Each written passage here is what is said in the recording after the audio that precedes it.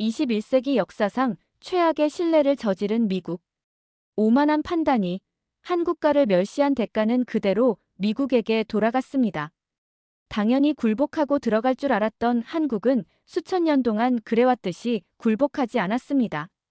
현재 미국 정부를 상대로 한국 정부는 공식적인 법적 대응을 준비 중에 있으며 향후 미국에 엄청난 타격을 줄 것이라 전 세계가 입 모아 얘기합니다. 한국의 강경한 태도에 굴복한 쪽은 미국. 그럼 향후 이 문제가 어떻게 될지, 미국이 무엇을 두려워하는지 알려드리겠습니다. 이야기 들어가기 전에 대한민국을 응원하는 넥스트 코리아를 위해 구독과 좋아요 한 번씩 부탁드려요. 안녕하세요. 저는 백악관 비서실에서 일하고 있는 제니퍼 로렌스라고 합니다. 저는 한국인 집단 구금 사건으로 집에 들어가지 못한 지 일주일이 넘었죠. 한국으로부터 받을 엄청난 손해배상에 대비해야 하기 때문입니다. 사실 그날 제가 봤던 서류는 한국인이 아닌 다른 나라의 불법 체류자들 연행이었고, 사태가 이렇게 커진 것에 대해서는 백악관의 잘못이라 생각합니다. 왜냐면 한 나라를 쥐고 흔들려고 짠 노름판이었거든요. 자신의 꾀에 그대로 넘어가 돈을 잃은 건 트럼프였습니다. 저는 한국 측에서 보낸 자료를 정리하며 머리를 짚었습니다. 4개월 임산부까지 비인도적으로 연행한 미국 정부라. 돌이킬 수 없는 사태였습니다. 이 모든 일이 시작된 건 올해 8월 중순이었어요. 제가 백악관 한국 담당 비서관으로서 5년간 일해오면서 이런 일은 처음 겪어봤죠.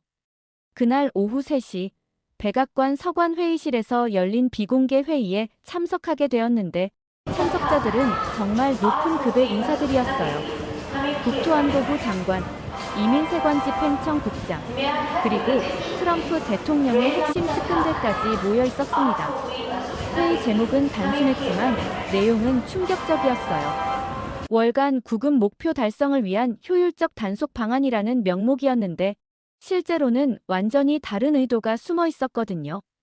회의를 주재한 스티븐 밀러 대통령 선임 고문이 첫 번째로 꺼낸 말이 지금도 생생히 기억납니다.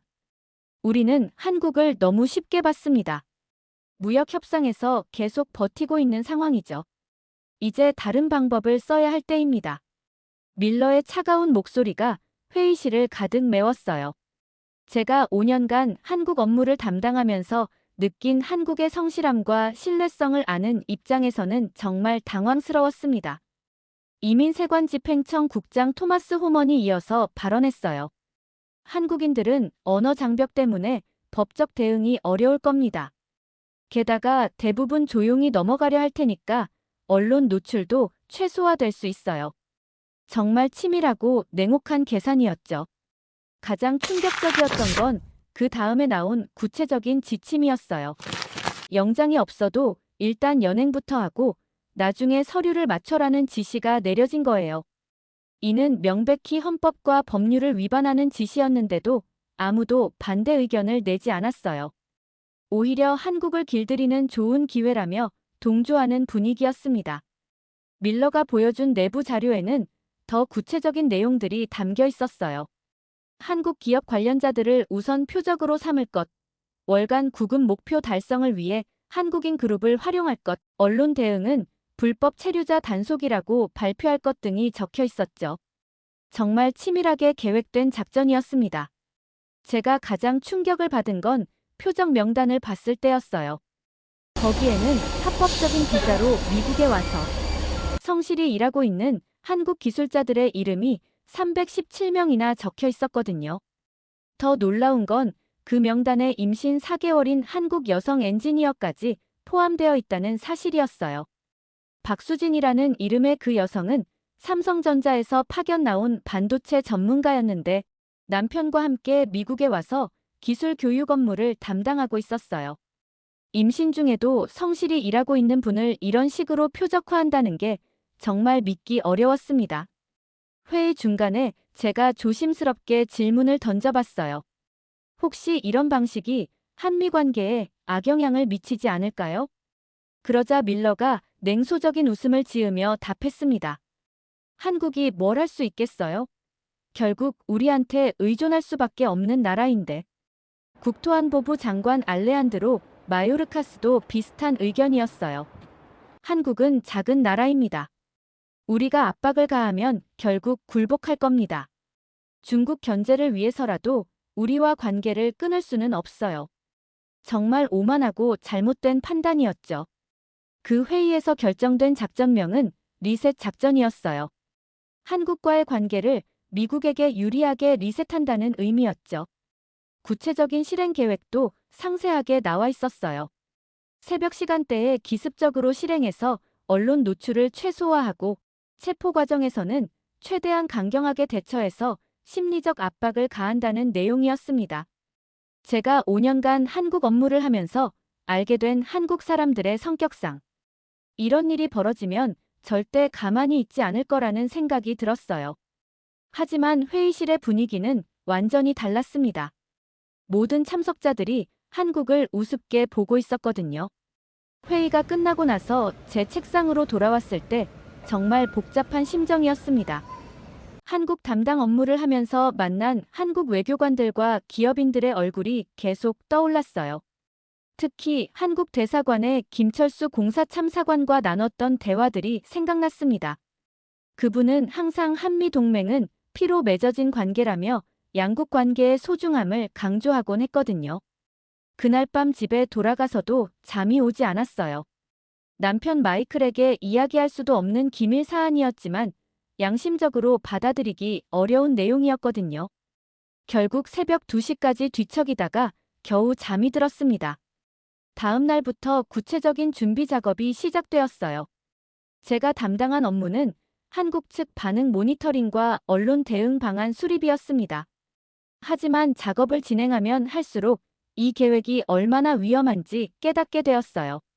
특히 한국 정부의 대응 매뉴얼을 검토하면서 정말 놀랐습니다. 한국은 자국민 보호에 있어서는 어떤 나라보다도 강경한 입장을 취한다는 내용이 여러 차례 나와 있었거든요. 과거 사례들을 보면 한국이 결코 만만한 상대가 아니라는 걸 알 수 있었어요. 하지만 백악관의 분위기는 여전히 낙관적이었습니다. 트럼프 대통령 본인도 한국 따위가 뭘 할 수 있겠냐며 자신만만해했어요. 정말 위험한 오판이었죠. 9월 초가 되면서 작전 실행일이 구체적으로 정해졌습니다. 9월 4일 새벽 4시 조지아주 현대차 공장을 시작으로 전국 동시 단속을 실시한다는 계획이었어요. 저는 마지막까지 이 계획을 중단하거나 수정할 방법은 없는지 고민해봤지만 이미 모든 것이 결정된 상태였습니다. 운명의 그날이 다가오고 있었어요. 9월 4일 새벽 4시. 이 시간은 제 인생에서 영원히 잊을 수 없는 순간이 되었습니다. 백악관 상황실에서 작전을 모니터링하고 있던 저는 실시간으로 들어오는 보고를 받으며 점점 더 큰 불안감을 느꼈어요. 조지아주 사바나 지역 현대차 공장에서 시작된 이 작전은 처음부터 계획과는 다르게 흘러가고 있었습니다. 첫 번째 보고가 들어온 건 새벽 4시 15분이었어요. 이민세관 집행청 현장 지휘관인 로버트 존슨으로부터 온 무전이었죠. 작전 개시. 현대차 공장 진입 완료. 예상보다 많은 인원 발견. 그 순간 제 가슴이 철렁했습니다. 애초 계획에서는 한국인 기술자 50명 정도를 예상했는데 실제로는 훨씬 많은 사람들이 있었던 거예요. 현장 상황은 정말 참혹했습니다. 평소와 다름없이 야간 근무를 하고 있던 한국 기술자들과 미국 직원들이 갑작스러운 무장 요원들의 진입에 완전히 당황한 상태였어요.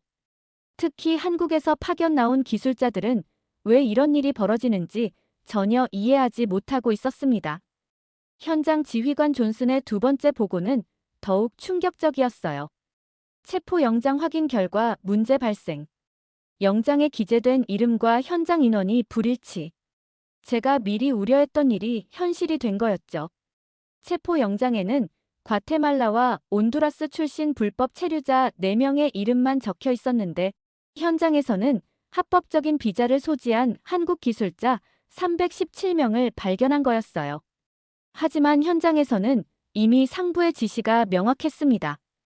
영장과 상관없이 일단 연행하라는 명령이 떨어진 상태였거든요. 존슨 지휘관도 처음에는 망설였지만 백악관에서 직접 내려온 지시라는 말에 결국 작전을 계속 진행했어요. 가장 가슴 아팠던 건 박수진 씨의 연행 장면이었습니다. 임신 4개월인 상태에서도 성실히 근무하고 있던 박수진 씨가 갑작스러운 상황에 놀라서 쓰러질 뻔한 순간이 현장 카메라에 그대로 찍혔어요. 남편인 이동훈 씨가 아내를 보호하려고 했지만 요원들은 이동훈 씨까지 강제로 분리시켰습니다. 제 아내는 임신 중입니다. 제발 조심해 주세요. 이동훈 씨의 절규하는 목소리가 무전기를 통해 상황실까지 들려왔어요. 하지만 현장 요원들은 영어로 말하라며 오히려 더 강압적으로 대했습니다. 임신부에게 수갑을 채우는 모습을 보면서 저는 정말 견딜 수 없었어요. 현장에서 가장 혼란스러워한 건 미국 직원들이었습니다. 현대차 공장의 생산팀장 브래드 워커가 현장 지휘관에게 항의하는 모습도 카메라에 찍혔어요. 이 사람들은 우리 회사 직원들입니다. 모두 합법적인 비자를 가지고 있어요. 하지만 요원들은 브래드의 말을 듣지 않았습니다. 특히 충격적이었던 건 김철호 기술팀장의 연행 과정이었어요. 김철호 씨는 현대차에서 20년간 근무한 베테랑 엔지니어로 미국 공장 설립 초기부터 기술 이전을 담당해온 핵심 인물이었거든요. 그런 분이 범죄자처럼 수갑을 차고 끌려가는 모습을 보니 정말 마음이 아팠습니다. 김철호 씨가 요원들에게 보여준 회사 신분증과 비자 서류들을 보면서도 요원들은 위조 서류일 가능성이 있다며 계속 연행을 강행했어요. 20년간 성실히 일해온 기술자를 이런 식으로 대하는 게 정말 말이 되는지 의문이 들었습니다. 연행 과정에서 가장 비인간적이었던 건 수갑과 족쇄를 채우는 방식이었어요. 중범죄자를 대하듯이 손목뿐만 아니라 발목까지 쇠사슬로 묶었거든요. 임신부인 박수진 씨에게까지 이런 처리를 한 건 정말 용납할 수 없는 일이었어요. 새벽 5시 반쯤 되니 모든 한국인들이 오렌지색 죄수복으로 갈아입혀졌습니다. 각자에게 8자리 수감 번호가 부여되었고 신분증도 수감자용으로 새로 발급되었어요. 박사 학위를 가진 기술자들이 20년 경력의 베테랑 엔지니어들이 하루아침에 죄수 번호를 달고 있는 모습은 정말 충격적이었습니다. 교도소 버스에 태워지는 과정도 참혹했어요. 한 명씩 호명되면서 버스에 올라타는데 족쇄 때문에 제대로 걸을 수도 없는 상태였거든요. 특히 박수진 씨가 임신한 몸으로 족쇄를 차고 버스 계단을 오르는 모습을 보면서 저는 눈물이 날 것 같았어요. 이들이 끌려간 곳은 조지아주 글린 카운티 구치소였습니다. 중범죄자들이 수감되는 곳이죠. 살인범, 마약 딜러들과 같은 감방에 갇힌다는 게 정말 말이 안 되는 상황이었어요. 한국에서는 대기업 임원급 대우를 받던 분들이 미국 교도소에서 죄수 취급을 받게 된 거였습니다. 구금 시설의 실태는 정말 참혹했습니다. 현장 모니터링을 통해 들어온 보고에 따르면 마실 물조차 제대로 공급되지 않았어요. 하루에 500ml 생수병 2개가 전부였는데 이는 미국의 법정 최소 기준에도 한참 못 미치는 양이었습니다. 먹는 물에서는 하수구 냄새가 났고 음식이라고 해봤자 상한 냄새 나는 삶은 콩과 곰팡이, 핀빵이 전부였어요. 미국 교도소 급식 기준에도 한참 못 미치는 수준이었죠. 임신부인 박수진 씨는 입덧까지 심해서 거의 아무것도 먹지 못하는 상태였다고 합니다. 가장 견디기 힘들었던 건 교도관들의 인종차별과 조롱이었어요. 아시아 원숭이들, 김치 냄새 난다는 식의 모욕적인 발언들이 계속 이어졌습니다. 한국에서는 존경받는 기술자들이 미국 교도관들한테 동료 취급을 당한 거죠. 특히 박수진 씨의 경우가 가장 심각했어요. 임신 부임에도 불구하고 다른 수감자들과 똑같은 대우를 받았거든요. 임신부를 위한 특별 식단이나 의료 조치는 전혀 제공되지 않았습니다. 남편 이동훈 씨가 아내의 상태를 걱정해서 요청해봤지만 특별 대우는 없다며 거절당했어요. 이런 상황들이 실시간으로 백악관 상황실에 보고되고 있었는데 참석한 고위 관계자들의 반응은 정말 충격적이었어요. 스티븐 밀러는 계획대로 진행되고 있다며 만족스러워했고, 토마스 호머는 한국 측의 반응을 지켜보자며 여유를 부렸습니다. 하지만 저는 점점 더 큰 불안감을 느꼈어요.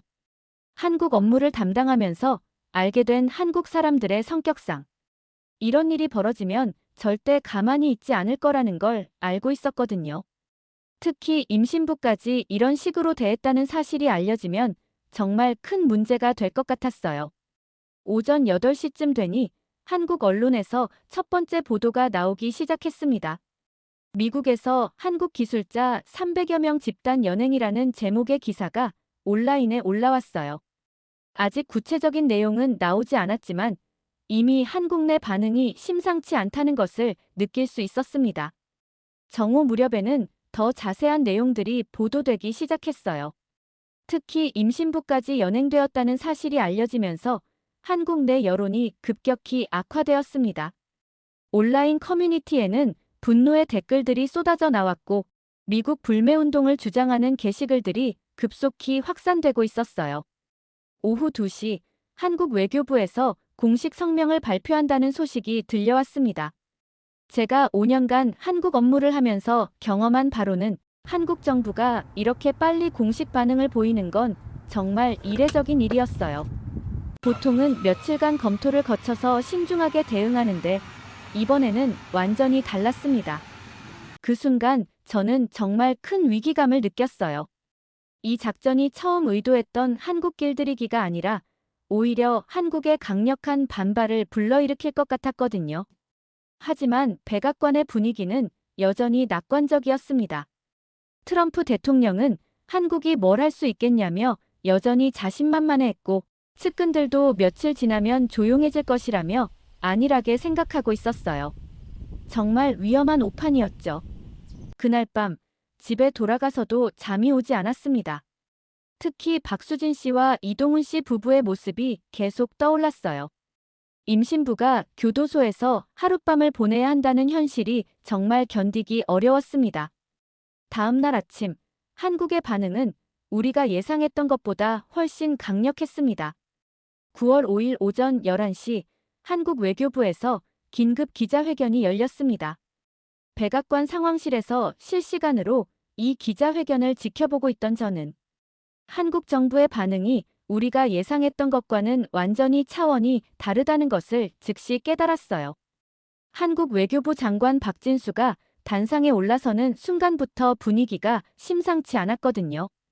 박진수 장관의 첫 마디는 정말 충격적이었습니다. 우리는 이번 사건이 단순한 실수나 오해가 아니라 조직적인 인권 침해라고 판단하고 있습니다. 목소리에는 분노와 실망이 동시에 담겨 있었어요. 5년간 한국 업무를 담당하면서 한국 외교관들의 신중하고 절제된 언어 습관을 알고 있던 저로서는 이런 직설적인 표현을 듣는 것이 정말 놀라웠습니다. 더 충격적인 건 그 다음에 나온 발언이었어요. 필요시 국제법정에서도 문제를 제기할 것입니다. 한국이 미국을 상대로 국제법정에서 싸우겠다고 선언한 거였거든요. 백악관 상황실에 있던 모든 사람들이 순간 말을 잃었어요. 스티븐 밀러조차 당황한 표정을 감추지 못했습니다. 박진수 장관은 계속해서 구체적인 사실들을 나열했어요. 임신 4개월인 우리 국민까지 범죄자 취급을 받았습니다. 이는 국제인권법에 명백히 위배되는 행위입니다. 이 말을 들었을 때 제 가슴이 철렁했어요. 박수진 씨의 임신 사실까지 공개적으로 언급된 거였거든요. 가장 강력했던 건 마지막 발언이었습니다. 미국 정부가 공식 사과와 함께 재발 방지 약속을 하지 않는다면 우리도 상응하는 조치를 취할 것입니다.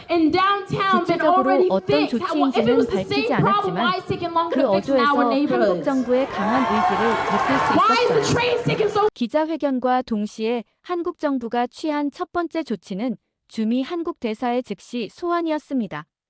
이는 외교적으로 엄청나게 강력한 항의 표시죠. 제가 5년간 한미 관계를 지켜보면서 이런 일은 처음 봤어요. 보통 대사 소환은 정말 심각한 외교적 위기 상황에서만 사용하는 수단인데 한국이 이 카드를 주저없이 꺼낸 거였습니다. 한국 대사관에서는 즉시 성명을 발표했어요. 우리 국민들의 인권과 존엄성이 보장되지 않는 상황에서는 정상적인 외교 관계를 유지하기 어렵다는 내용이었죠. 이는 사실상 외교 관계 단절까지도 고려하고 있다는 신호였어요. 오후 2시쯤에는 더 충격적인 소식이 들려왔습니다. 한국의 주요 기업들이 미국 투자 계획을 전면 재검토하겠다고 발표한 거예요. 현대자동차가 첫 번째로 나섰습니다. 정의선 회장이 긴급 기자회견을 통해 우리 직원들의 안전과 존엄성이 보장되지 않는 곳에는 더 이상 투자할 수 없다고 선언했어요. 구체적인 수치가 더 충격적이었습니다. 현대차는 조지아주에 35억 달러 규모의 추가 투자를 계획하고 있었는데 이를 즉시 보류한다고 발표했거든요. 35억 달러면 우리 돈으로 거의 5조 원에 가까운 금액이에요. 조지아주로서는 정말 엄청난 손실이었죠.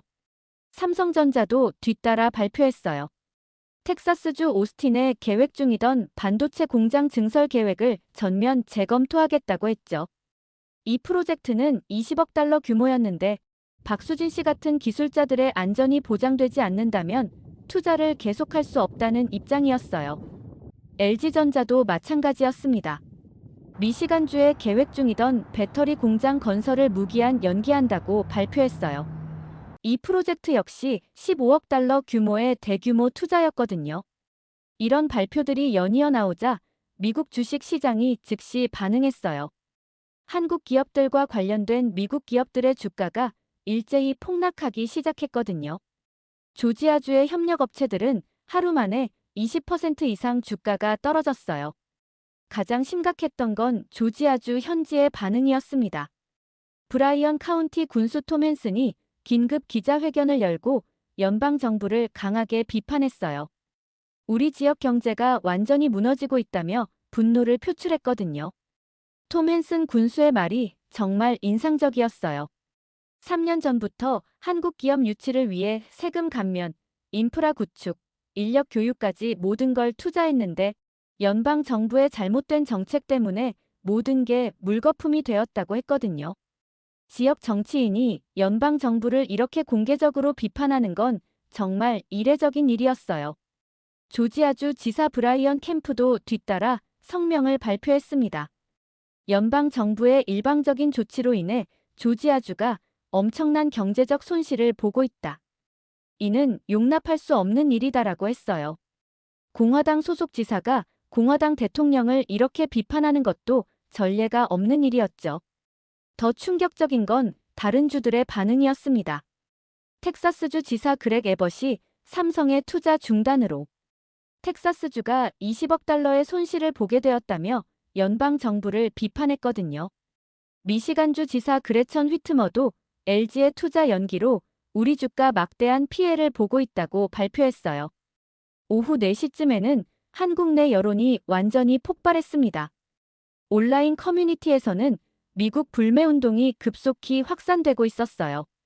임신부까지 죄수복 입힌 나라, 혈맹을 배신한 미국 같은 제목의 글들이 수만 개씩 올라오고 있었거든요. 특히 젊은 세대들의 반응이 폭발적이었어요. 우리 세금으로 미국 제품 사지 말자, 미국 여행 취소하자, 미국 영화 보지 말자 같은 움직임이 소셜미디어를 통해 급속히 퍼져나갔습니다. 해시태그 미국 불매가 실시간 검색어 1위에 올랐어요. 더 놀라운 건 기업들의 자발적 참여였습니다. 한국의 주요 유통업체들이 미국산 제품 판매 중단을 검토하기 시작했거든요. 롯데마트, 이마트 같은 대형 마트들이 소비자들의 요구를 이유로 미국산 제품 진열을 줄이기 시작했어요. 항공업계의 반응도 즉각적이었습니다. 대한항공과 아시아나항공에서 미국행 항공편 예약 취소가 급증했다고 발표했어요. 하루 만에 전체 예약의 30%가 취소되었다는 거였죠. 이는 한국인들의 분노가 얼마나 큰지를 보여주는 대목이었어요. 관광업계도 마찬가지였습니다. 한국의 주요 여행사들이 미국 여행 상품 판매 일시 중단을 발표했거든요. 고객들의 안전을 보장할 수 없다는 이유였지만 실제로는 한국인들의 반미 감정이 극에 달했다는 것을 보여주는 조치였어요. 저녁 6시에 열린 한국 국회의 긴급 대정부 질의도 정말 충격적이었습니다. 여야를 막론하고 모든 의원들이 미국 정부를 강하게 비판했어요. 특히 야당 대표의 발언이 인상적이었습니다. 임신부까지 범죄자 취급하는 나라와 무슨 동맹을 논하겠는가라고 했거든요. 여당인 더불어민주당도 마찬가지였어요. 여당 대표가 피로 맺어진 한미 동맹이 이렇게 훼손되어서는 안 된다며 미국 정부에 즉시 사과를 요구했습니다. 여야가 한 목소리로 미국을 비판하는 건 정말 드문 일이었어요. 국회에서는 한국인 인권 보호를 위한 특별법 제정까지 논의되기 시작했습니다. 해외에서 한국인의 인권이 침해당했을 때 정부가 더 강력하게 대응할 수 있는 법적 근거를 마련하자는 거였죠. 이는 향후 한미 관계에 근본적인 변화를 가져올 수 있는 조치였어요. 밤 8시쯤에는 한국 대통령 이재명이 직접 나서서 담화를 발표했습니다. 우리 국민의 존엄성과 안전을 보장하는 것이 정부의 최우선 과제라며 미국 정부에 즉시 사과와 재발 방지 약속을 요구했어요. 대통령이 직접 나서서 이렇게 강경한 메시지를 전달하는 건 정말 이례적인 일이었습니다. 이재명 대통령의 담화에서 가장 인상적이었던 부분은 우리는 더 이상 일방적인 관계를 원하지 않는다는 발언이었어요. 동등하고 상호 존중하는 관계만이 진정한 동맹이라며 한미 관계의 근본적인 변화를 시사했거든요.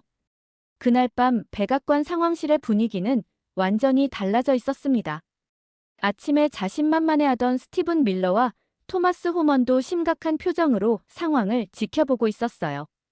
특히 조지아주를 비롯한 공화당 지지주들에서 나오는 비판이 정치적으로 큰 부담이 되고 있었거든요. 트럼프 대통령도 처음으로 우려를 표명했어요.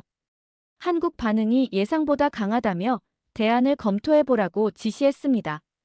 하지만 이미 돌이킬 수 없을 정도로 사태가 커진 상황이었어요. 제가 가장 걱정했던 건 이제 시작일 뿐이라는 점이었습니다. 한국의 성격상 이런 일이 벌어지면 절대 쉽게 물러서지 않을 거라는 걸 알고 있었거든요. 특히 임신부까지 이런 대우를 받았다는 사실이 알려진 이상 한국 국민들의 분노는 쉽게 가라앉지 않을 것 같았어요. 과연 제 예상이 맞았습니다. 이는 정말 시작에 불과했거든요. 9월 6일 아침 백악관에 출근한 저는 완전히 달라진 분위기를 느꼈습니다.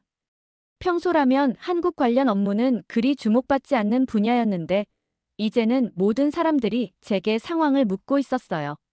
복도에서 마주치는 동료들마다 한국 상황이 어떻게 되고 있냐며 걱정스러운 표정을 짓고 있었거든요. 가장 먼저 찾아온 건 조지아주 출신 공화당 하원 의원 마티 존슨의 보좌관이었습니다. 존슨 의원은 현대차 공장이 있는 지역구를 대표하는 인물이었는데 지역구 상황이 정말 심각하다는 소식을 전해왔어요. 현대차가 투자를 중단하면 우리 지역구에서 42,000개 일자리가 사라집니다라며 절박한 심정을 토로했습니다. 존슨 의원 보좌관이 보여준 자료는 정말 충격적이었어요. 현대차 공장을 중심으로 한 협력업체만 237개가 있었고 이들 업체에서 일하는 사람들까지 합치면 총 42,000명의 일자리가 직간접적으로 연결되어 있었거든요. 현대차가 철수하면 지역 경제가 완전히 무너진다는 뜻이었죠. 더 심각한 건 이미 시작된 경제적 타격이었습니다. 현대차 협력업체들이 하나둘씩 가동을 중단하기 시작했거든요. 자동차 부품을 생산하는 회사들이 한국 기술자들이 없으면 생산이 불가능하다며 공장 가동을 멈춘 거예요. 하루 이틀 정도는 기존 재고로 버틸 수 있었지만 일주일을 넘어가면 완전히 생산이 중단될 상황이었어요. 조지아주 브라이언 카운티의 상황은 더욱 심각했습니다. 카운티 전체 일자리의 45%가 한국 기업들과 연결되어 있었거든요. 현대차뿐만 아니라 삼성, LG 같은 기업들의 하청업체들까지 모두 포함하면 정말 엄청난 규모였어요. 군수 톰 헨슨이 카운티 전체가 유령 도시가 될 수도 있다고 한 말이 과장이 아니었던 거죠. 오전 10시쯤에는 더 충격적인 소식이 들려왔습니다. 월스트리트 저널에서 사설을 통해 트럼프 정부를 정면으로 비판한 거예요. 대통령은 아메리카 퍼스트를 외치지만 정작 아메리카에 투자하려는 합법적 기업들을 영장도 없이 쇠사슬로 묶어 쫓아내고 있다는 내용이었죠. 월스트리트 저널은 보수 성향의 신문인데 이런 곳에서 공화당 대통령을 이렇게 강하게 비판하는 건 정말 이례적인 일이었어요. 특히 한국 기업들이 가져다주는 기술과 일자리를 스스로 포기하는 것이 과연 미국을 위한 길인가라는 질문은 정말 예리한 지적이었습니다. 워싱턴 포스트도 뒤따라 비판 기사를 냈어요. 트럼프의 무차별 불법 단속이 결국 미국 경제의 부메랑이 되고 있다는 제목의 기사였죠. 구체적인 피해 규모까지 제시하면서 이번 사건이 얼마나 큰 경제적 손실을 가져오는지 분석했어요. 포린 폴리시라는 외교 전문지에서 낸 기사는 더욱 신랄했습니다. 조지아 사태가 대미 투자를 위축시키는 사건이라며 미국이 스스로 자기 발등을 찍었다고 직격탄을 날렸거든요. 외교 전문가들이 이렇게 공개적으로 정부 정책을 비판하는 것도 드문 일이었어요. 언론의 비판이 쏟아지자 정치권에서도 균열이 시작되었습니다.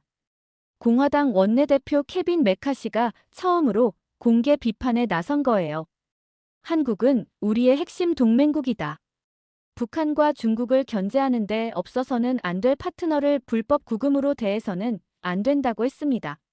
메카시의 발언은 정말 파장이 컸어요. 공화당 원내대표가 공화당 대통령을 공개적으로 비판한다는 것은 정말 이례적인 일이었거든요. 더욱이 이는 명백한 외교적 실패다라고까지 말한 건 트럼프에게는 정말 큰 타격이었죠. 민주당은 말할 것도 없었어요. 하원 외교위원장 그레고리 밀러가 즉시 사과해야 한다며 강하게 비판했고 상원 민주당 대표 척 슈머는 한국은 우리의 핵심 동맹이다. 북한 핵 위협에 맞서 함께 서 있는 파트너를 이런 식으로 대해서는 안 된다고 발언했어요. 오후에는 미국 경제계의 반발이 본격화되었습니다. 미국 상공회의소 회장 수잔 클라크가 백악관에 긴급 면담을 요청한 거예요. 클라크 회장은 한국 기업들의 미국 투자는 지난 5년간 420억 달러에 달한다며 이들이 가져다준 기술 혁신과 일자리 창출 효과를 생각하면 이번 불법 단속 사태는 회복 불가능한 경제적 손실이라고 경고했습니다. 클라크 회장이 제시한 구체적인 수치들은 정말 놀라웠어요. 한국 기업들이 미국에서 직접 고용한 인원만 13만 명이었고 간접 고용까지 포함하면 42만 개의 일자리가 연결되어 있었거든요. 이런 규모의 투자를 불법 단속으로 위협하는 것은 경제적 자살 행위라는 표현이 과장이 아니었던 거죠. 더 충격적인 건 세계관광여행협의회의 경고였어요. 영장 없는 대규모 구금 사태와 한국인들에 대한 인권 침해 논란으로 인해 최대 135억 달러의 관광 수입 감소가 예상된다는 발표를 한 거예요. 한국인들의 미국 여행 취소가 폭증하고 있다는 것이었죠. 실제로 관광업계에서 들려오는 소식들은 심각했습니다. 한국인 관광객들의 미국 여행 예약 취소율이 80%를 넘어섰다고 했어요. 안전을 보장할 수 없다는 이유였지만 실제로는 한국인들의 반미 감정이 극에 달했다는 것을 보여주는 지표였습니다. 항공업계도 마찬가지였어요. 대한항공과 아시아나항공에서 미국행 노선 운항을 축소하기 시작했거든요. 승객 수요가 급격히 줄어들어서 정상 운항이 어려워진 상황이었어요. 반대로 한국인들의 유럽행, 일본행 여행 수요는 급증하고 있었습니다. 오후 3시쯤에는 조지아주에서 더 심각한 소식이 들려왔습니다. 현대차 협력업체 중 7개 회사가 한국 기술자들 없이는 생산이 불가능하다며 임시 휴업에 들어간다고 발표한 거예요. 이들 업체에서 일하는 직원만 3,500명이었는데 하루아침에 일자리를 잃게 된 셈이었죠. 가장 상징적이었던 건 브라이언 카운티의 부동산 시장이었어요. 현대차 공장 주변 지역의 부동산 가격이 하루 만에 18%나 폭락한 거예요. 한국 기업 철수 가능성 때문에 집값이 폭락한 거였죠. 이 지역에 집을 산 주민들은 하루아침에 수십만 달러의 손해를 본 셈이었어요. 지역 상권도 마찬가지였습니다. 한국인 기술자들이 자주 이용하던 식당들이 하나둘씩 문을 닫기 시작했어요. 한국 음식점은 물론이고 한국인들이 자주 가던 마트나 상점들도 매출이 급감했거든요. 지역 경제 전체가 연쇄적으로 타격을 받고 있었습니다. 오후 5시에는 백악관 내부에서도 분열이 시작되었어요. 상무장관 지나 라이몬도가 트럼프에게 한국 기업들과의 관계 회복이 시급하다고 건의한 거예요. 라이몬도 장관은 미국 제조업 부흥을 위해서는 한국의 첨단 기술이 필수적이라며 즉각적인 관계 개선을 요구했습니다. 재무장관 자넷 옐런도 비슷한 의견이었어요. 한국 기업들의 투자 중단이 계속되면 미국 경제 성장률에 심각한 타격을 줄 것이라며 우려를 표명했거든요. 특히 현재 인플레이션 상황에서 이런 경제적 충격은 더욱 위험하다고 경고했어요. 국무장관 안토니 블링컨은 외교적 관점에서 접근했습니다. 중국과의 경쟁에서 한국은 핵심적인 동맹국이라며 이런 식으로 관계를 악화시키는 것은 중국에게만 유리하다고 지적했어요. 정말 예리한 분석이었죠. 하지만 트럼프는 여전히 강경한 입장을 고수했어요. 불법은 불법이다. 한국이 뭘 할 수 있겠냐며 여전히 한국을 과소평가하고 있었거든요. 스티븐 밀러와 토마스 호먼도 며칠 지나면 조용해질 것이라며 트럼프의 입장을 지지했어요. 그런데 바로 그날 저녁 상황을 완전히 뒤바꿀 만한 소식이 들려왔습니다. 한국 정부에서 25% 관세든 뭐든 맞아치겠다는 입장을 발표한 거예요. 이는 정말 예상치 못한 돌발 카드였죠. 한국 정부의 이런 입장 발표는 백악관 내부를 완전히 뒤흔들어 놓았어요. 지금까지는 한국이 결국 굴복할 것이라고 생각했는데 오히려 더 강경하게 나온 거였거든요. 관세든 뭐든 맞아치겠다는 것은 사실상 무역 전쟁도 불사하겠다는 의미였어요. 더 충격적인 건 한국의 구체적인 대안 계획이었습니다. 유럽과 중동, 동남아시아로 투자처를 다변화하겠다는 발표였죠. 420억 달러 규모의 투자를 다른 지역으로 돌리겠다는 것이었어요. 미국으로서는 정말 큰 손실이었습니다. 그날 밤 백악관 상황실에서 열린 긴급회의는 정말 심각한 분위기였어요. 처음으로 트럼프도 한국 반응이 예상보다 강하다며 우려를 표명했습니다. 대안을 검토해보라는 지시도 내렸어요. 하지만 이미 너무 많은 것들이 벌어진 상태였죠. 제가 가장 걱정했던 건 이제 시작에 불과하다는 점이었어요. 한국의 성격상 이런 굴욕을 당하고도 쉽게 물러서지 않을 거라는 걸 알고 있었거든요. 특히 임신부까지 범죄자 취급을 받았다는 사실은 한국인들에게 씻을 수 없는 상처가 될 것 같았어요. 그날 밤 집에 돌아가서도 잠이 오지 않았습니다. 이 모든 상황이 어떻게 끝날지 정말 예측할 수 없었거든요. 9월 7일 새벽, 저는 더 이상 참을 수 없다는 생각이 들었습니다. 사흘째 계속되는 한국의 강경한 반응과 미국 내부의 혼란을 지켜보면서 제가 가지고 있는 내부 정보를 공개해야 한다는 양심적 책임감이 점점 커졌거든요. 특히 박수진 씨 같은 임신부까지 이런 비인도적 대우를 받았다는 사실을 더 이상 숨길 수 없었어요. 그날 아침 출근길에 제 마음은 이미 정해져 있었습니다. 백악관 비서실에서 5년간 쌓아온 경력과 안정적인 생활을 모두 포기할 각오였어요. 하지만 양심을 속이고 살아가기에는 이 일이 너무 큰 상처로 남을 것 같았거든요.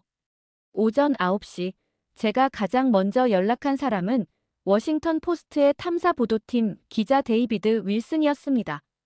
윌슨 기자는 정부 내부 고발 사건을 전문으로 다루는 베테랑이었는데 제가 예전에 다른 사안으로 도움을 받은 적이 있었어요. 전화를 걸었을 때 제 목소리가 떨리고 있다는 것을 스스로도 느낄 수 있었습니다. 데이비드, 저는 제니퍼 로렌스입니다. 백악관에서 한국 업무를 담당하고 있어요. 정말 중요한 이야기를 해드려야겠습니다. 윌슨 기자는 제 목소리의 절박함을 즉시 알아챘는지 지금 즉시 만날 수 있나요? 라고 물었어요. 1시간 후 워싱턴 DC 시내의 조용한 카페에서 만난 윌슨 기자에게 저는 제가 알고 있는 모든 것을 털어놨습니다. 8월 중순 백악관 서관 회의실에서 열렸던 비밀회의 내용부터 시작해서 한국 길들이기 작전의 구체적인 계획, 그리고 영장 없이라도 일단 잡아라는 불법 지시까지 모든 것을 말했어요. 가장 중요한 증거는 제가 몰래 녹음해둔 회의 내용이었습니다.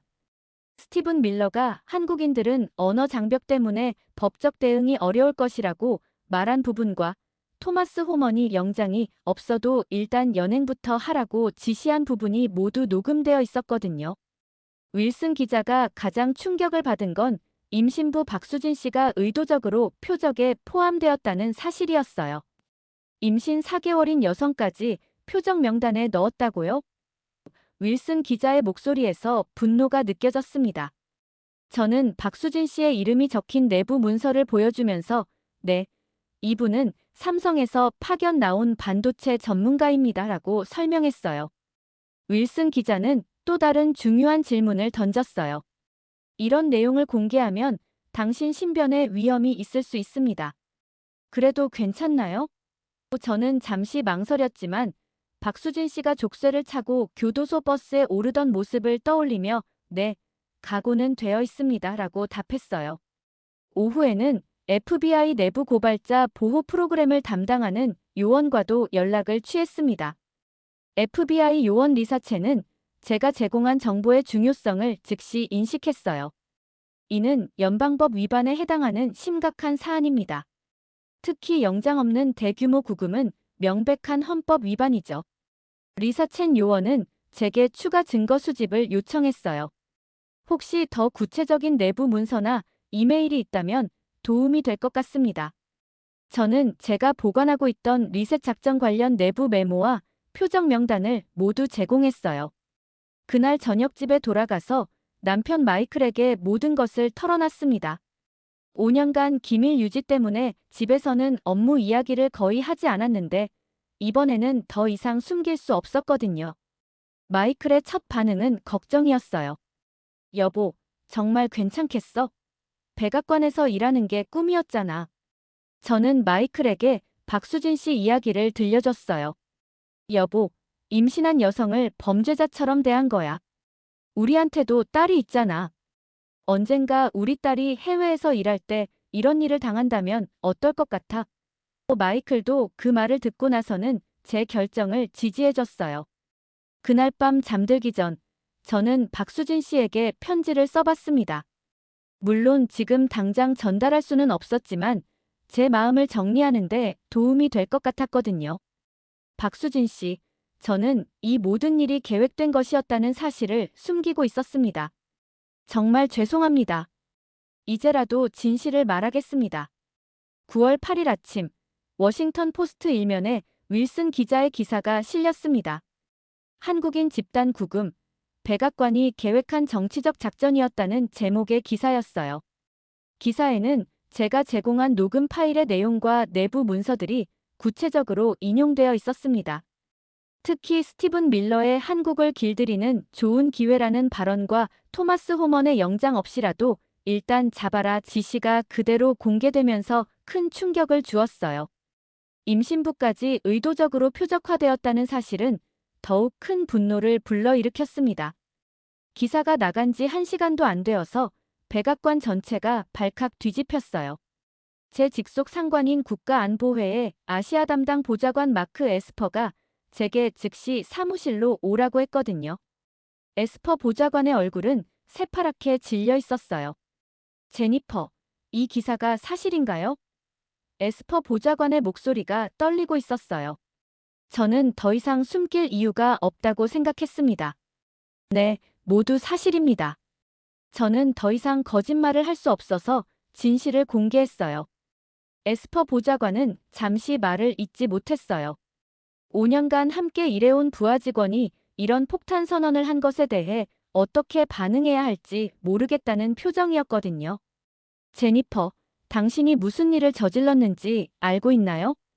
그때 제가 한 대답을 지금도 기억해요. 네, 알고 있습니다. 하지만 임신부를 범죄자 취급한 것에 대해서는 더 이상 침묵할 수 없었어요. 이것은 인간으로서 할 수 없는 일이었습니다. 오전 10시쯤에는 백악관 법무실에서 연락이 왔어요. 즉시 출석하라는 지시였죠. 법무실로 가는 복도에서 만나는 동료들의 시선이 정말 부담스러웠어요. 어떤 사람들은 동정적인 눈빛으로, 어떤 사람들은 배신자를 보는 것 같은 차가운 시선으로 저를 바라보고 있었거든요. 백악관 법무담당관 패시 폴로니가 저에게 한 첫마디는 당신이 한 일의 심각성을 알고 있나요? 였어요. 저는 네, 하지만 더 심각한 건 임신부를 범죄자로 만든 것이라고 생각합니다라고 답했습니다. 시폴로니 법무담당관은 제게 국가기밀 유출 혐의와 직무상 비밀 누설 혐의가 적용될 수 있다고 경고했어요. 하지만 저는 이미 각오를 한 상태였습니다. 그렇다면 법정에서 더 많은 진실이 밝혀질 수 있겠군요. 오후 2시에는 더 충격적인 일이 벌어졌어요. CNN에서 제가 직접 인터뷰에 나서겠다고 연락한 거예요. 앤더슨 쿠퍼의 프로그램에 출연해서 모든 것을 공개적으로 증언하겠다고 했어요. 이는 정말 돌이킬 수 없는 결정이었죠. 그날 저녁 CNN 스튜디오에서 앤더슨 쿠퍼와 마주 앉았을 때의 긴장감을 지금도 잊을 수 없어요. 앤더슨 쿠퍼의 첫 질문은 왜 이런 결정을 내리셨나요? 였어요. 제가 답한 내용을 그대로 기억해요. 임신 4개월인 한국 여성이 족쇄를 차고 교도소 버스에 오르는 모습을 보면서 저는 더 이상 침묵할 수 없다고 생각했습니다. 이것은 계획된 정치적 작전이었고 무고한 사람들이 그 희생자가 된 겁니다. 앤더슨 쿠퍼가 백악관에서의 경력이 끝날 수도 있다는 걸 아시면서도 이런 결정을 내리신 건가요? 라고 물었을 때 저는 네, 하지만 양심이 더 중요합니다. 제 딸에게 부끄럽지 않은 어머니가 되고 싶어요라고 답했어요. 방송이 끝나고 나서 제 휴대폰에는 수백 개의 메시지가 쌓여 있었어요. 대부분은 지지와 격려의 메시지였지만 일부는 비난의 내용도 있었어요. 하지만 가장 기억에 남는 건 한국에서 온 메시지였어요. 제니퍼님, 저는 박수진의 언니입니다. 동생을 위해 용기를 내어주셔서 감사합니다. 한국에서 많은 사람들이 제니퍼님의 용기에 감동받고 있어요. 그 메시지를 읽는 순간 눈물이 났어요. 제가 한 일이 정말 옳은 일이었다는 확신이 들었거든요. 9월 24일 아침, 백악관에서 제게 무급휴직 처리라는 통보가 왔어요. 사실상 해고나 다름없는 조치였죠. 하지만 저는 전혀 후회하지 않았어요. 오히려 홀가분한 기분이었어요. 그날 오후, 한국 대사관에서 연락이 왔어요. 박수진 씨가 석방되었고 다른 한국인들도 곧 석방될 예정이라는 소식이었어요. 제 폭로가 그들의 석방에 조금이나마 도움이 되었다는 생각에 정말 다행이었습니다. 며칠 후 한국 정부에서 저에게 감사 메시지를 보내왔어요. 정의를 위해 개인적 희생을 감수한 용기에 감사드린다는 내용이었어요. 이는 제 인생에서 받은 가장 소중한 메시지 중 하나가 되었습니다. 제 폭로가 국제적으로 확산되면서 한국 정부의 반응도 더욱 강력해졌습니다. 서울에서 열린 긴급 국무회의에서 나온 결정은 정말 모든 사람을 놀라게 했어요. 한국 정부가 25% 관세든 뭐든 맞아치겠다고 공식 선언한 거였거든요. 이는 미국이 전혀 예상하지 못한 완전한 돌발 카드였습니다. 이재명 대통령이 청와대에서 열린 대국민 담화에서 한 말은 정말 역사적이었어요. 우리는 더 이상 굽신거리지 않겠습니다. 임신한 우리 국민을 범죄자 취급한 나라와 무슨 협상을 하겠습니까? 대통령의 목소리에는 분노와 함께 확고한 의지가 담겨 있었어요. 가장 충격적이었던 건 구체적인 대응 방안이었습니다. 한국 정부는 420억 달러 규모의 대미 투자 계획을 전면 재검토하겠다고 발표했어요. 이 중 절반 이상을 유럽, 중동, 동남아시아로 투자처를 변경하겠다는 것이었죠. 미국으로서는 정말 치명적인 손실이었습니다. 산업통상자원부에서 발표한 구체적인 계획은 더욱 놀라웠어요. 독일의 50억 달러, 프랑스의 30억 달러, 사우디아라비아의 20억 달러 규모의 신규 투자를 진행하겠다는 내용이었거든요. 원래 미국에 투자하려던 자금을 완전히 다른 지역으로 돌리겠다는 발표였어요. 현대자동차 정의선 회장의 추가 발표도 파장이 컸습니다. 독일 폴크스바겐과 전기차 합작 투자를 확대하고 사우디아라비아에 중동 최대 규모의 자동차 공장을 건설하겠다고 했어요. 조지아주에 투자하려던 35억 달러를 독일과 사우디로 나눠서 투자하겠다는 계획이었죠. 삼성전자도 비슷한 발표를 했어요. 이재용 회장이 유럽을 반도체 생산의 새로운 거점으로 만들겠다며 네덜란드와 벨기에에 대규모 투자를 진행하겠다고 했거든요. 텍사스주 투자 계획은 완전히 백지화된 상태였어요. LG전자는 더욱 구체적인 계획을 제시했습니다. 폴란드에 유럽 최대 규모의 배터리 공장을, 베트남에 동남아시아 생산 거점을 건설하겠다고 발표했어요. 미시간주 배터리 공장 계획은 무기한 연기되었고요. 이런 발표들이 연이어 나오자 월스트리트가 완전히 패닉 상태에 빠졌어요. 한국 기업들과 관련된 미국 기업들의 주가가 일제히 폭락했거든요. GM은 하루 만에 32%, 포드는 28%나 떨어졌어요. 한국 기업들과의 협력 관계가 끊어질 것을 우려한 투자자들의 반응이었죠. 테슬라도 예외가 아니었어요. 일론 머스크가 소셜미디어에 한국 배터리 기술 없이는 전기차 혁신이 불가능하다고 아무리 강조해도 주가는 계속 떨어졌습니다. 투자자들은 한미 관계 악화가 테슬라의 배터리 공급망에 미칠 영향을 우려하고 있었거든요. 가장 상징적이었던 건 나스닥 지수 전체가 영향을 받은 것이었어요. 한국 기업들과 협력 관계에 있는 기술 기업들이 대부분 나스닥에 상장되어 있었는데 이들의 주가가 일제히 하락하면서 지수 전체가 3% 이상 떨어진 거예요. 조지아주의 상황은 더욱 심각했습니다. 브라이언 카운티 전체가 사실상 경제 비상사태에 돌입했어요. 현대차 협력업체들이 줄줄이 가동을 중단하기 시작했거든요. 한국 기술자들 없이는 생산이 불가능하다는 이유였죠. 카운티 내 최대 협력업체인 오토파츠 컴퍼니의 사장 마크 테일러가 지역 방송에 나와서 절규하는 모습이 정말 안타까웠어요. 한국 기술자들이 돌아오지 않으면 우리 회사도 문을 닫아야 합니다. 300명의 직원들이 일자리를 잃게 되는 거예요. 브라이언 카운티 상공회의소에서 발표한 자료는 더욱 충격적이었어요. 카운티 전체 일자리의 47%가 한국 기업들과 직간접적으로 연결되어 있었는데 이들이 모두 위험에 처한 상황이었거든요. 실업률이 현재 3%에서 20%까지 치솟을 수도 있다는 예측이 나왔어요. 부동산 시장도 완전히 붕괴 직전이었습니다. 현대차 공장 주변 지역의 집값이 일주일 만에 40%나 폭락했어요. 한국 기업들이 완전히 철수할 가능성이 높아지면서 지역 전체가 유령 도시가 될 수 있다는 우려 때문이었죠. 지역 상권도 마찬가지였어요. 한국인들이 자주 이용하던 식당과 상점들이 하나둘씩 문을 닫기 시작했습니다. 특히 한국 음식점들은 주 고객층이었던 한국 기술자들이 모두 구금되거나 본국으로 돌아가면서 매출이 완전히 끊어진 상태였어요. 가장 상징적이었던 건 김치하우스라는 한국 식당의 폐업이었습니다. 이 식당은 10년 전 현대차 공장이 들어서면서 문을 연 곳인데 한국 기술자들과 미국 직원들이 함께 어울리는 소중한 공간이었거든요. 사장 김영수 씨가 더 이상 버틸 수 없다며 눈물을 흘리는 모습이 지역 뉴스에 나왔어요.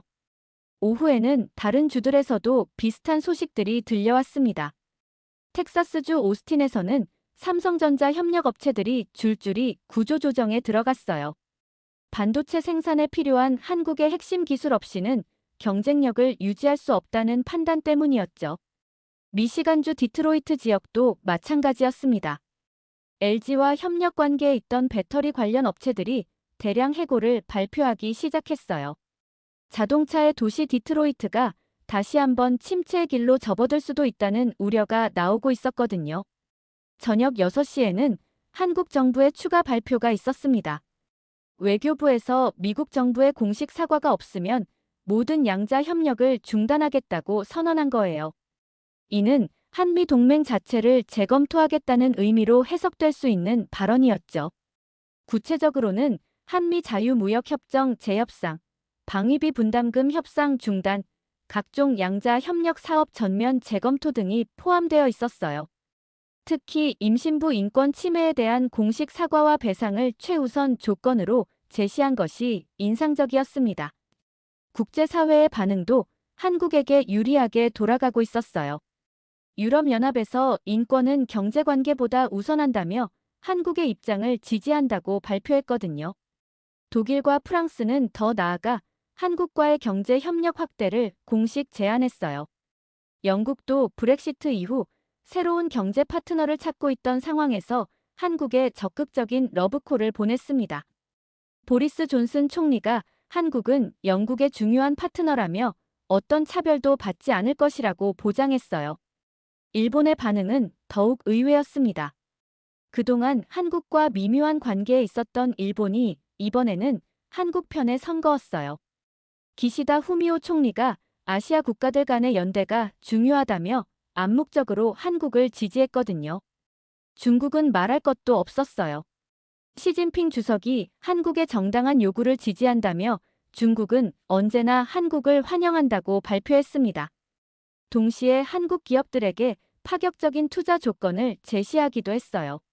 중동 국가들의 반응도 적극적이었습니다. 사우디아라비아가 한국과의 협력 확대를 위해 왕세자를 특사로 파견하겠다고 발표했어요. 아랍에미리트도 한국 기업들에게 최고 대우를 보장하겠다며 적극적인 유치 의사를 밝혔습니다. 밤 9시쯤에는 한국 내 여론이 더욱 결집되었다는 소식이 들려왔어요. 전국 각지에서 미국 규탄 집회가 열렸고 참가자 수만 총 50만 명에 달했다는 거였죠. 특히 임신부 인권 침해 규탄을 주제로 한 여성단체들의 시위가 인상적이었어요. 온라인에서도 비슷한 움직임이 확산되고 있었습니다. 미국 불매운동 해시태그가 전 세계 트렌드 1위에 올랐고 한국뿐만 아니라 다른 아시아 국가들에서도 동조하는 목소리가 나오고 있었어요. 가장 상징적이었던 건 한국 기업들의 자발적 연대였습니다. 재계 총수들이 모여서 미국 투자 전면 재검토를 공식 결의했거든요. 이는 정부의 지시가 아니라 기업들의 자발적인 결정이었다는 점에서 더욱 의미가 있었어요. 그날 밤 제가 받은 한국 대사관으로부터의 메시지는 정말 감동적이었습니다. 제니퍼님의 용기 덕분에 우리 국민들이 희망을 갖게 되었습니다. 진실은 반드시 승리합니다. 이제 공은 완전히 미국 쪽으로 넘어간 상황이었어요. 한국이 보여준 이 돌발 카드는 미국 정부로서는 전혀 예상하지 못한 것이었고 대응 방안을 마련하기가 쉽지 않은 상황이었습니다. 상원외교위원회에서 긴급 청문회가 소집되었습니다. 제가 폭로한 내용들이 연방수사기관의 공식 조사로 이어지면서 이제는 의회 차원에서도 진실규명에 나선 거였어요. 청문회 증인으로 출석한 저는 정말 떨리는 마음으로 상원 청문회장에 들어섰습니다. 위원장인 반 메넨데즈 상원의원이 첫 질문을 던졌을 때의 긴장감을 지금도 잊을 수 없어요. 로렌스 씨, 백악관에서 실제로 한국을 표적화한 계획이 논의되었다고 증언하시는 건가요? 저는 제가 녹음한 파일을 재생하면서 네, 이것이 그 증거입니다라고 답했어요. 스티븐 밀러의 목소리가 청문회장에 울려 퍼졌습니다. 한국인들은 언어 장벽 때문에 법적 대응이 어려울 것이다. 이들을 먼저 표적화하는 게 효율적이다. 청문회장 전체가 숙연해졌어요. 방청석에서는 탄식 소리가 들려왔고 기자들은 부지런히 메모를 적고 있었습니다. 더 충격적인 건 토마스 호먼의 음성이었어요. 영장이 없어도 상관없다. 일단 연행부터 하고 나중에 서류를 맞춰라. 특히 한국 기업 관련자들은 예외 없이 모두 잡아라. 이 녹음이 공개되자 청문회장이 완전히 술렁거렸습니다. 민주당의 크리스 쿤스 상원의원이 가장 날카로운 질문을 던졌어요. 임신부까지 의도적으로 표적화했다는 게 사실인가요? 저는 박수진 씨의 이름이 적힌 표적 명단을 보여주면서 네, 임신 4개월인 여성까지 포함되어 있었습니다. 라고 증언했어요. 공화당의 린지 그레이엄 상원의원도 이번에는 정부를 비판하는 쪽으로 돌아섰어요. 이건 명백한 헌법 위반이다. 영장도 없이 합법 체류자를 구금하는 건 미국의 가치에 어긋난다고 했거든요. 공화당 의원이 이렇게 발언하는 것 자체가 정말 이례적인 일이었어요. 청문회 중간에 더 충격적인 증언이 나왔습니다. 조지아주 구치소에서 근무하는 교도관 로버트 길버트가 증인으로 출석해서 한국인들이 받은 대우에 대해 증언한 거예요. 임신부인 박수진 씨도 다른 수감자들과 똑같은 대우를 받았습니다. 임신부를 위한 특별 조치는 전혀 없었어요. 길버트 교도관의 증언은 더욱 구체적이었어요. 하루에 물 2병, 상한 음식, 그리고 다른 중범죄자들과 같은 감방. 특히 박수진 씨는 입덧 때문에 거의 아무것도 먹지 못했는데도 특별한 의료 조치는 제공되지 않았습니다. 가장 감동적이었던 순간은 한국전 참전 용사 윌리엄 존슨 할아버지가 증언석에 선 때였어요. 91세의 고령에도 불구하고 휠체어를 타고 의회까지 오신 거였거든요. 나는 70년 전 한국에서 함께 피를 흘린 전우들을 기억합니다라는 첫 마디부터 청문회장 전체가 숙연해졌어요. 존슨 할아버지의 증언은 정말 가슴에 와 닿았습니다. 한국 사람들은 우리 미군들에게 마지막 남은 음식까지 나눠주었어요. 추위에 떨고 있으면 자신들의 담요를 덮어주기도 했고요. 그런 나라 사람들의 임신부를 범죄자 취급한다는 건 말이 안 됩니다. 특히 인상적이었던 건 내 곁에서 함께 싸우던 한국군 병사가 중국군 총탄을 막아서 내 목숨을 구해줬어요. 그 은혜를 평생 잊을 수 없습니다라는 증언이었어요. 할아버지의 목소리가 떨렸지만 그 진심은 청문회장에 있는 모든 사람의 가슴에 전해졌습니다. 청문회 실황이 전국에 중계되면서 미국 내 여론이 급격히 변하기 시작했어요. 실시간 여론조사에 따르면 78%의 미국인들이 한국인들에게 공식 사과해야 한다고 답했거든요. 공화당 지지자들 중에서도 65%가 사과에 찬성한다는 결과가 나왔어요. 오후에는 미국 내 한국계 커뮤니티에서 대규모 시위가 벌어졌습니다. 워싱턴 DC 백악관 앞에서 열린 시위에는 5,000명이 넘는 한국계 미국인들이 참석했어요. 우리도 미국인이다. 임신부 인권을 지켜라는 구호가 백악관 앞 광장을 가득 메웠습니다. 특히 감동적이었던 건 2세, 3세 한국계 미국인들의 참여였어요. 평소에는 한국에 대한 관심이 많지 않았던 젊은 세대들도 조상의 나라가 이런 대우를 받을 수는 없다며 시위에 동참한 거였거든요. 한국계 미국인 사회가 하나로 뭉치는 역사적인 순간이었어요. 저녁에는 더 큰 변화의 조짐이 나타났습니다. 공화당 내부에서 트럼프에 대한 비판 목소리가 공개적으로 터져나오기 시작한 거예요. 전직 대통령 조지 부시가 성명을 통해 동맹국에 대한 예의를 지켜야 한다며 우회적으로 트럼프를 비판했어요. 현직 공화당 주지사들도 하나둘씩 목소리를 내기 시작했습니다. 특히 한국 기업 투자가 많은 주의 지사들은 연방 정부의 잘못된 정책으로 우리 주가 피해를 보고 있다며 강하게 비판했어요. 이는 공화당 내부의 균열이 더욱 심화되고 있다는 신호였습니다. 밤 8시쯤에는 백악관 내부에서도 변화가 시작되었어요. 트럼프의 핵심 측근이었던 스티븐 밀러가 건강상 이유를 들어 사임한다고 발표한 거였거든요. 사실상 이번 사건의 책임을 지고 물러나는 것으로 해석되었어요. 국토안보부 장관과 이민세관집행청 국장도 연이어 사임 의사를 밝혔습니다. 의회 청문회에서 불법 행위가 공개적으로 드러나면서 더 이상 버티기 어려워진 상황이었어요. 가장 극적인 변화는 트럼프 본인에게서 나타났어요. 그동안 한국이 뭘 할 수 있겠냐며 강경한 입장을 고수하던 트럼프가 처음으로 상황을 재검토해보겠다고 발언한 거였거든요. 소셜미디어에 올린 글에서도 해외 기업의 투자를 겁먹게 하고 싶지 않다며 완전히 달라진 모습을 보였어요. 내일 오전 백악관에서 중대 발표가 있을 것이라는 소식이 들려왔어요. 트럼프가 직접 기자회견을 열어서 이번 사건에 대한 입장을 밝힌다는 거였거든요.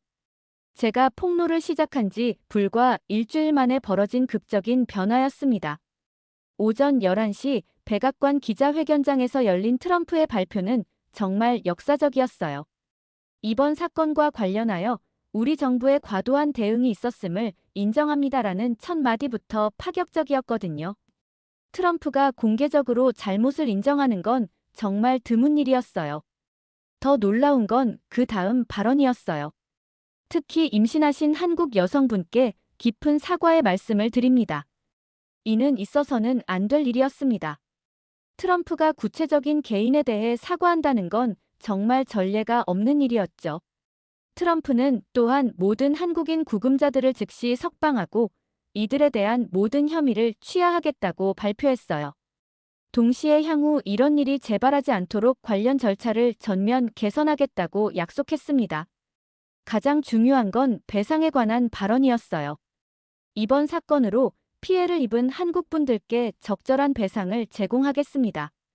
특히 임신 부이신 박수진 씨께는 특별한 배상을 검토하겠습니다. 이는 한국 정부가 요구했던 조건들을 대부분 수용한다는 의미였어요. 기자회견이 끝나자마자 한국 정부의 반응이 나왔습니다.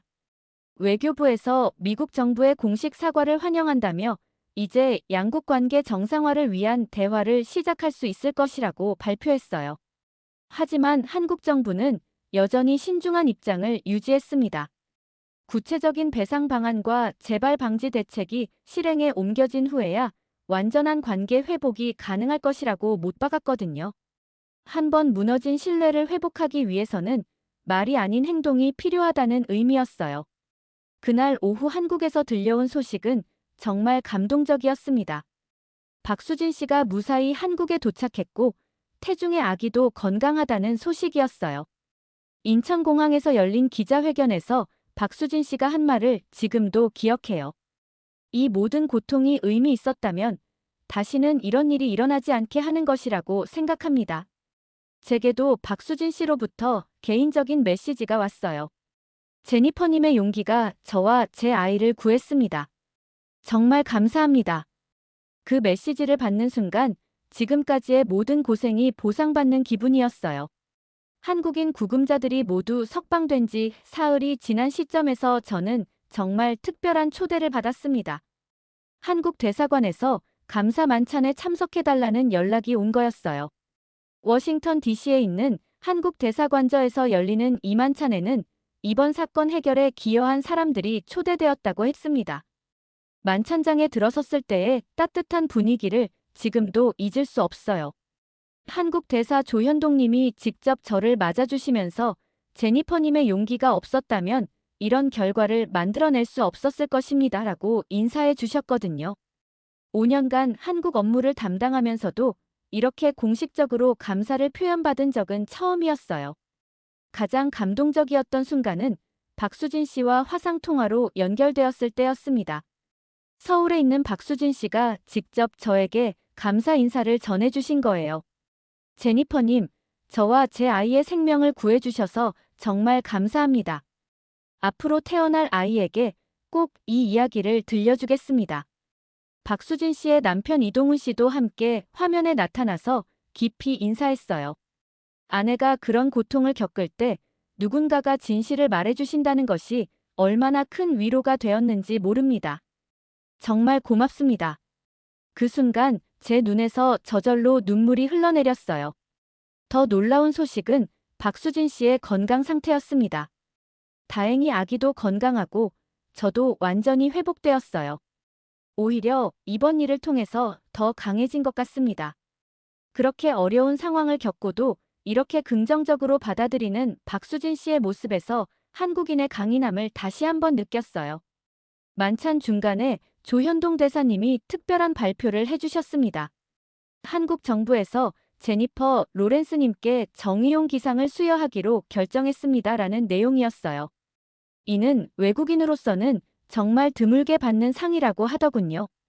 개인의 희생을 감수하고 정의를 위해 나선 용기를 높이 평가한다는 것이 수상 이유였어요. 더 의미 있었던 건 한국 정부의 향후 계획이었습니다. 외교부에서 제니퍼 로렌스 장학금을 신설해서 매년 미국의 우수한 학생들에게 한국 유학 기회를 제공하겠다고 발표했거든요. 제 이름이 붙은 장학금이 생긴다니 정말 믿기 어려운 일이었어요. 10월 첫째 주에는 더 큰 변화들이 시작되었습니다. 한국 정부에서 새로운 한미 관계 구축을 위한 특별위원회를 구성했다고 발표했어요. 이 위원회는 기존의 상하 관계가 아닌 진정한 동반자 관계를 만들어 나가는 것이 목표였습니다. 특별위원회에서 제시한 새로운 한미 관계의 원칙은 정말 혁신적이었어요. 첫째, 상호 존중에 기반한 동등한 관계. 둘째, 인권과 존엄성 보장. 셋째, 투명하고 공정한 협력. 넷째, 문제 발생 시 즉각적인 소통과 해결. 다섯째, 문화적 차이에 대한 이해와 배려. 미국 정부도 이에 적극적으로 호응했습니다. 국무부에서 한미 관계 정상화를 위한 태스크포스를 구성해서 한국 측과의 협력에 나섰어요. 특히 이번 사건의 재발 방지를 위한 제도적 개선에 집중하겠다고 발표했습니다. 가장 상징적인 변화는 이민세관 집행청의 개편이었어요. 외국인 인권 보호를 위한 특별부서가 신설되었고 모든 단속 작전에는 반드시 영장이 필요하다는 원칙이 확립되었습니다. 특히 임신부나 환자 등 취약계층에 대한 특별 보호 조치도 마련되었어요. 기업 차원에서도 긍정적인 변화들이 나타났습니다. 현대차에서 조지아주 투자를 재개하겠다고 발표했지만 이번에는 완전히 다른 조건이었어요. 한국 기술자들의 안전과 인권을 보장하는 특별협정을 체결한 후에야 투자를 진행하겠다는 것이었죠. 삼성과 LG도 비슷한 입장을 발표했습니다. 미국 투자를 재개하되 직원들의 인권과 안전을 최우선으로 하는 새로운 협력 모델을 구축하겠다는 것이었어요. 이는 다른 외국 기업들에게도 좋은 선례가 될 것 같았습니다. 10월 중순에는 제게 정말 특별한 기회가 찾아왔습니다. 한국 정부에서 공식 초청을 해서 서울을 방문할 기회를 준 거였어요. 일주일간의 한국 방문은 제 인생에서 가장 의미 있는 시간 중 하나가 되었습니다. 인천공항에 도착했을 때부터 느낀 한국인들의 따뜻함은 정말 잊을 수 없어요. 공항에서부터 제니퍼님 환영합니다라는 현수막을 든 시민들이 나와서 반겨주셨거든요. 길에서 만나는 사람들마다 고맙습니다라고 인사해 주시는 모습에 정말 감동받았어요. 가장 기억에 남는 순간은 박수진 씨와 직접 만났을 때였습니다. 서울 시내의 한 카페에서 만난 박수진 씨는 정말 건강하고 밝은 모습이었어요. 제니퍼님을 직접 뵐 수 있어서 정말 기쁩니다라며 환하게 웃어주시더군요. 박수진 씨와의 대화에서 가장 인상적이었던 건 앞으로의 계획이었어요. 이 아이가 태어나면 꼭 정이라는 이름을 넣어주고 싶어요. 그리고 나중에 커서 제니퍼님 같은 용기 있는 사람이 되었으면 좋겠습니다. 그 말을 들었을 때 정말 가슴이 뭉클했어요. 남편 이동훈 씨와도 긴 이야기를 나눌 수 있었습니다. 그때 정말 절망적이었는데 제니퍼님이 진실을 말해주시면서 희망이 생겼어요. 한국에 돌아와서도 계속 미국을 원망했는데 제니퍼님 같은 분이 있다는 걸 알고 나서 생각이 바뀌었습니다. 한국 방문 중에 가장 의미 있었던 행사는 국회에서 열린 특별 강연이었어요. 정의와 용기 한 개인이 만든 변화라는 제목으로 강연을 했는데 200명이 넘는 국회의원들과 시민 대표들이 참석해 주셨어요. 강연에서 제가 가장 강조한 내용은 작은 용기의 힘이었어요. 저는 특별한 사람이 아닙니다. 그냥 양심의 소리에 귀를 기울인 평범한 공무원일 뿐이에요. 하지만 그 작은 용기가 이렇게 큰 변화를 만들어낼 수 있다는 것을 보여주고 싶었습니다. 강연 후 질의응답 시간에 한 고등학생이 던진 질문이 인상적이었어요. 무서우지 않으셨나요? 저는 솔직하게 답했습니다. 정말 무서웠어요. 하지만 박수진 씨 같은 분의 고통을 보면서 제 두려움은 아무것도 아니라는 걸 깨달았습니다. 한국 방문의 마지막 날, 청와대에서 이재명 대통령과의 면담 기회가 있었습니다. 대통령님이 직접 제니퍼님의 용기가 한미 관계를 더 건강하게 만들었다며 감사 인사를 전해주셨어요. 앞으로도 양국 관계 발전을 위해 계속 도움을 부탁드린다는 말씀도 해주셨습니다. 이재명 대통령과의 대화에서 가장 기억에 남는 내용은 진정한 동맹의 의미에 대한 것이었어요. 동맹이란 강자가 약자를 보호하는 관계가 아니라 서로의 가치와 존엄성을 존중하며 함께 성장하는 관계여야 합니다라는 말씀이 정말 인상적이었어요. 한국에서 돌아온 후 제 삶도 완전히 달라졌습니다. 백악관을 그만둔 후 워싱턴의 한 시민단체에서 정부 투명성과 인권 보호를 담당하는 일을 시작했어요. 제가 경험한 일들을 바탕으로 비슷한 문제들이 재발하지 않도록 감시하는 역할이었습니다. 가장 보람 있는 일은 제니퍼 로렌스 장학금의 첫 번째 수혜자를 선발하는 것이었어요. 전국에서 500명이 넘는 학생들이 지원했는데 그 중에서 정의감이 뛰어난 10명을 선발했습니다. 이 학생들이 한국에서 공부하면서 양국 관계의 미래를 만들어갈 주역이 될 거라는 생각에 정말 기뻤어요. 12월에는 더 감동적인 소식이 들려왔습니다. 박수진 씨가 건강한 딸을 출산했다는 거였어요. 아기 이름은 정이었고 제 영어 이름을 딴 제니를 미들네임으로 지었다고 하더군요. 박정의 제니라는 이름을 가진 이 아이가 앞으로 어떤 사람으로 자라날지 정말 기대됩니다. 연말에 발표된 한미관계 여론조사 결과는 정말 놀라웠어요. 한국인들의 대미 호감도가 이번 사건 이전보다 오히려 더 높아진 거였거든요. 미국에도 정의로운 사람들이 있다는 것을 알게 되었다는 반응이 많았어요. 미국인들의 한국에 대한 인식도 크게 개선되었습니다. 한국은 당당하고 자존심 있는 나라라는 평가가 늘어났고 한국과의 관계를 더 소중히 여겨야 한다는 의견이 많아졌어요. 이 모든 일이 정말 의미 있는 변화를 만들어냈다고 생각해요. 한미 관계는 이전보다 더 성숙하고 대등한 관계로 발전했고 양국 모두 서로를 더 깊이 이해하게 되었습니다. 가장 중요한 건 작은 용기에 힘을 많은 사람들이 깨달았다는 점이에요. 저 같은 평범한 사람도 옳다고 생각하는 일에 대해 목소리를 낼 수 있고 그것이 큰 변화를 만들어낼 수 있다는 것을 보여준 거죠. 박정의 제니 양이 자라서 이 이야기를 듣게 될 때 세상은 정의로운 사람들의 작은 용기로 조금씩 더 나아진다는 것을 배우게 되길 바랍니다. 그리고 앞으로도 한미 양국이 서로를 존중하고 배려하는 진정한 파트너십을 이어가길 희망합니다.